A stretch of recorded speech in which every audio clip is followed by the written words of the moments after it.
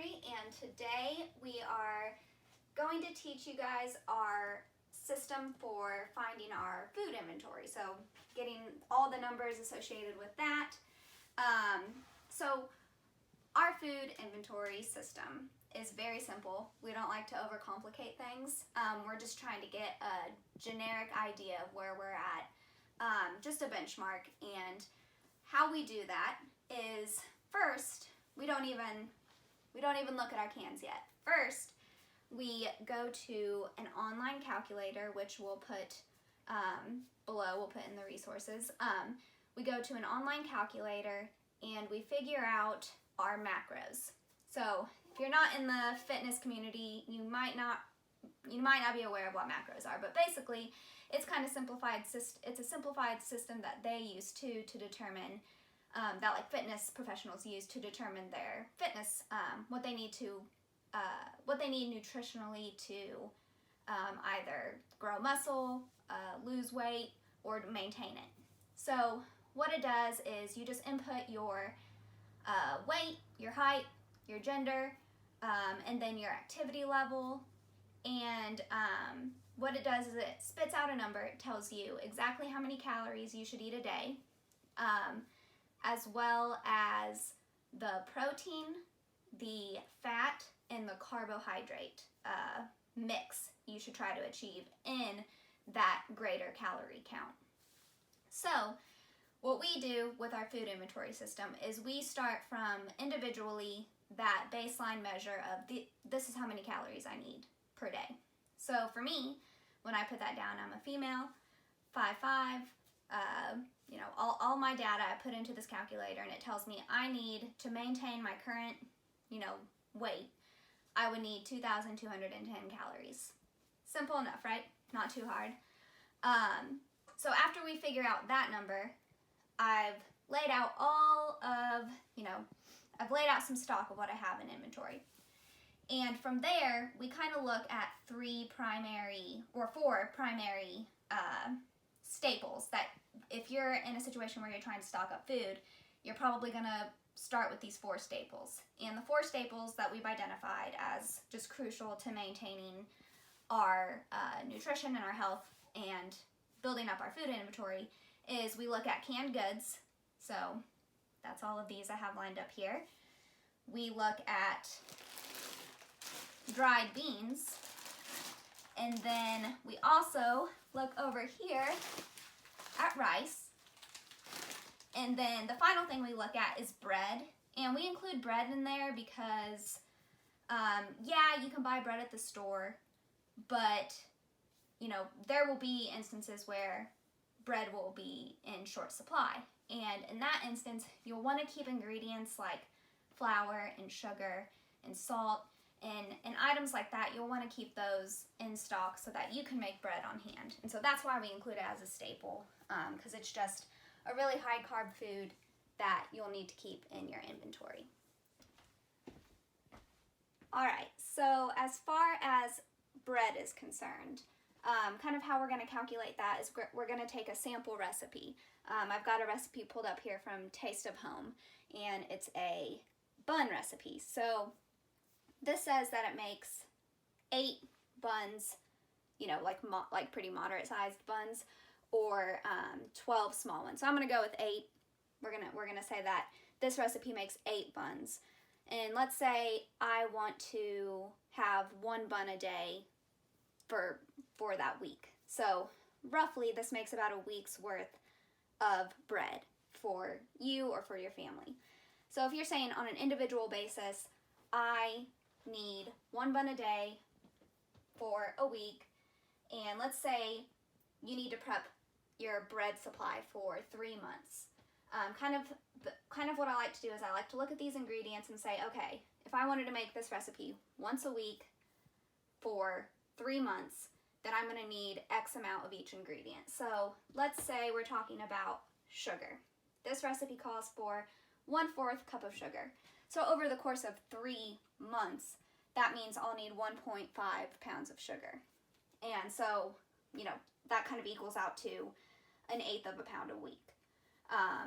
let's take something like flour. Flour is something that you definitely want to stock up on, especially if you're planning on making your own bread. You don't know if it'll be available. So really take stock of your flour inventory. If I wanted to make this recipe, like we said, once a week for 3 months, I would need a total of 12 pounds of flour. So that's about 1 pound every time you make this recipe. And lastly, just as another example, eggs. If you're gonna make this recipe as it is for 3 months, once a week, you're gonna need 1 egg every time you make the recipe. So just account for an extra dozen in your kind of egg storage. So this is just an example of, let's say, access to bread is not very good. So you're gonna wanna be able to make this bread by yourself at home. And so that will just require to get just a few simple ingredients, with flour being a very, very, very important one. So from there, once we've kind of lined everything out and put it out in the open, we take that calorie count and then we go through each of these categories. So each of the 4 kind of pillars of your food inventory, and we try to kind of calculate, you can look at my terrible math, we try to calculate how many calories are in each of those 4 pillars. So how many calories of canned goods do I have? How many calories of bread do I have? How many calories of rice do I have? And so what we did today is, just with what I have laying out, we went through and we said, you know, the average can of chili is 600 calories for the whole thing. And then we just said, I have 1, 2, 3, 4, 5, 6, 7 cans of this chili. We took 7 times 600 and we just went down all of our canned goods and did that. So what we found from doing that math is that right here in front of you, I have around 11,000 calories in just these, anything that's a bean. Or no, actually, sorry about that. Actually, 11,000 is what I have in all the canned goods you see in front of you. That's about 11,000 calories of canned goods.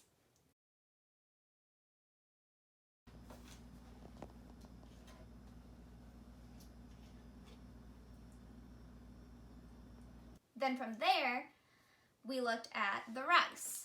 So in just these 3 bags of rice, I have around a little over 14,000 calories in rice. And then dried beans, I just have 2 bags of pinto beans hanging out here, or actually 3, because one is hiding. So I have 3 bags of pinto beans.